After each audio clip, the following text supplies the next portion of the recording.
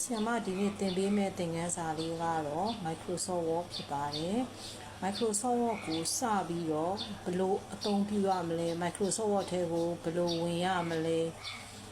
ဆိုတာကိုသင်ပေးမှာဖြစ်ပါတယ်။ Microsoft Word ထဲကိုစပြီးတော့ဝင်ခြင်းနဲ့ဆိုရင်တော့ကွန်ပျူတာရဲ့ဘယ်ဘက်အောက်ဆုံးထောင့်မှာ Start button လေးရှိပါမယ်။ Start button ပေါ်မှာpointer လေးကိုထောက်လိုက်ပါမယ်။ကလစ်တစ်ချက်နှိပ်ပါမယ်။သူ့နဲ့ပတ်သက်တဲ့ menu box လေးကျလာပါပြီ။အဲ့ဒီထဲကနေပြီးတော့ဆရာမတို့ Microsoft Word ဆိုတာကိုရှာပါမယ်။ရှာမယ်ဆိုရင်ဒီဘက်က search box မှာ WORD ဆိုတာကိုရိုက်ထည့်ပေးပါမယ်။ဒါဆိုရင် Microsoft Word နဲ့ပတ်သက်တဲ့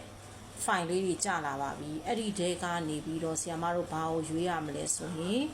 Word ဆိုတာကိုရွေးလိုက်ပါမယ်ထိတ်ဆုံးမှရှိပါတယ် Word ဆိုတာကိုရွေးလိုက်ပါမယ် Word ပေါ်မှာ pointer လေးကိုသွားထောက်မယ်ကလစ်တစ်ချက်နှိပ်လိုက်ပါမယ်ဒါဆိုရင်ဆရာမတို့ Microsoft Word ထဲကိုရောက်သွားပါပြီရောက်သွားပြီဆိုရင်ပထမဦးဆုံးအနေနဲ့အသုံးပြုလို့မရသေးပါဘူးအဲ့ဒီမှာပထမအဆုံးအနေနဲ့စပြီးတော့ Microsoft Word ကိုစပြီးတော့သုံးမယ်ဆိုရင်စာရွက်ကလေးအလွတ်တရွက်တောင်းပေးရပါမယ်အဲ့ဒီထဲမှာဘာကိုရွေးမလဲဆိုရင် new ဆိုတော့ new ထဲမှာ blank document ဆိုတာကိုရွေးချယ်ရပါမယ်ဖြစ်ပါတယ် blank document လေးမှာ pointer လေးကိုထောက်မယ်ကလေးတစ်ချက်နှိပ်မယ်ဒါဆိုရင် Microsoft Word ထဲကိုကျမတို့ရောက်သွားပါပြီရောက်သွားပြီဆိုတာနဲ့ Microsoft Word ထဲအခုပွင့်နေတာကတော့ Microsoft Word Window ကြီးပွင့်နေတာပါအဲ့ဒီမှာ Window မှန်နေဆိုရင်ဘာတွေပါရမလဲဆိုရင်ပထမဦးဆုံး Title bar ပါရပါမယ် Document 1 Word လို့ရေးထားတယ်အဲ့ဒါကိုဆရာမတို့က Title bar လို့ခေါ်ပါတယ် Title bar ရဲ့အောက်မှာ File တို့ Home တို့ Insert တို့ Draw တို့ပါပါမယ်အဲ့ဒါကိုကြတော့ Menu bar လို့ခေါ်ပါတယ်ဒါဆိုရင် File ကိုသုံးမယ်ဆိုရင်သူ့ရဲ့ခေါ်ဝေါ်လေးကို File tab မှာနှိပ်မယ် Home ကိုသုံးမယ်ဆိုရင်တော့ Home tab မှာနှိပ်မယ်ဒါကိုကြတော့ Menu bar လို့ခေါ်ပါတယ်ပြီးရင် Screen ရဲ့ညာဘက်အပေါ်ထောက်မှာWindow အမှန်နဲ့ဆိုရင်ဘာတွေပါရမလဲဆိုရင် minimize button ပါမယ် restore button ပါမယ်ညာဘက်က cross button လေးကတော့ close button လေးဖြစ်ပါတယ် Microsoft Word ထဲကနေပြီးတော့ပြန်ထွက်ချင်တယ်ဆိုရင် close button လေးမှာကလစ်နှိပ်ပေးရပါမယ်ကျမတို့အရင်ဆုံးထွက်ကြည့်ရအောင် Microsoft Word ထဲကပြန်ထွက်မယ်ဆိုရင် close button လေးမှာကလစ်တစ်ချက်နှိပ်မယ်ဒါဆိုရင် Microsoft Word ထဲကနေပြီးတော့လုံးဝပြန်ထွက်သွားပါပြီMicrosoft Word ထဲကိုပြန်ပြီးတော့ဝင်ကြည့်အောင်เนาะ Start button လေးမှာကလစ်တစ်ချက်နှိပ်ပါမယ် Start ထဲကနေပြီးတော့ Microsoft Word ဆိုတာကိုရှာပါမယ်ဒါဆိုရင် keyboard ကနေပြီးတော့ Word ဆိုတာကိုရိုက်ထည့်မယ်ဟိုထိတ်ဆုံးမှာ Word ဆိုတဲ့ application ရှိပါမယ်ကျွန်မဒီနေ့သုံးထားတဲ့ application လေးကတော့ Word 2019ဖြစ်ပါတယ် Word ထဲကိုဝင်ပါပြီ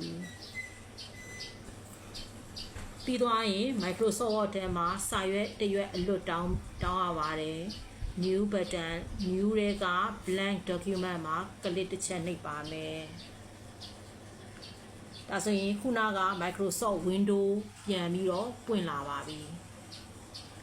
ဒါဆိုရင်ခုနပြောခဲ့တဲ့ button လေး၃ခုအကြောင်းကျွန်မပြန်ပြောပါမယ်ကျွန်မပထမဆုံးသုံးပြတဲ့ button လေးကခုနပထမဆုံးသုံးလိုက်တဲ့ button လေးကအဖွင့်ပိတ် button လေး close button လေးဖြစ်ပါတယ်เนาะ Microsoft Word ထဲကအပြီးပြန်ထွက်ခြင်းနဲ့ဆိုရင် close button မှာနှိပ်မယ်ဒါမှမဟုတ်ဘူး Microsoft Word Window ကြီးကိုကျမတို့ကအသေးဆုံးခြုံခြင်းနဲ့ဆိုရင်တော့ဒီဘက်မှာ minus button လေးဖြစ်တဲ့ minimize button ဒါအရွယ်အစားကိုအသေးဆုံးခြုံလိုက်တာဒါဆိုရင် minimize button လေးမှာကလေးတစ်ချက်နှိပ်ကြည့်ပါမယ်။အော်ဒါဆိုရင် Microsoft Word ကဘာဖြစ်သွားတာတော့ ပိတ်သွားတာမဟုတ်ဘူးเนาะအသေးဆုံးအနေထားရောက်အောင်ခြုံလိုက်ခြင်းဖြစ်ပါတယ် Microsoft Word ဖွင့်ထားလားမဖွင့်ထားလားဆိုတာအောက်ဘက်က text bar မှာစစ်ဆေးလို့ရပါတယ် text bar ရဲ့ညာဘက်မှာကြည့်လိုက်ပါ W ပုံစံလေးတွေ့နေပါတယ်အဲ့ဒါကကြတော့ Microsoft Word window ကိုကျွန်မခုနကအသေးဆုံးခြုံလိုက်ခြင်းဖြစ်ပါတယ်အဲ့ဒီ window ကိုပြန်ဖွင့်ခြင်းနဲ့ဆိုရင်အဲ့ဒီ Word ဆိုတဲ့ W ပေါ်မှာ pointer လေးကိုသွားထောက်မယ် pointer လေးကိုထောက်မယ် click တစ်ချက်နှိပ်ပါမယ်ရှင်ဒါဆိုရင် Microsoft Word window ပြန်ပွင့်လာပါပြီเนาะဒါဆိုရင်ဒီတစ်ခါအလဲရ button လေးအကြောင်းကျွန်မပြောပြပါမယ်အလဲရ button လေးကကြတော့အခုမြင်နေရတဲ့အလဲရ button လေး